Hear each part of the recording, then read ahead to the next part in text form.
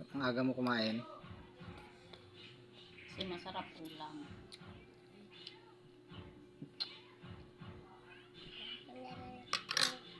Lahat ng ganito.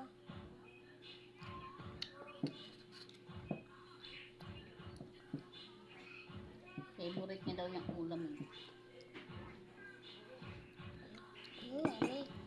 Favorite mo ba yan?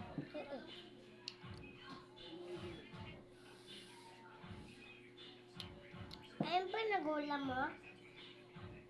Ayun ba nagulam mo yung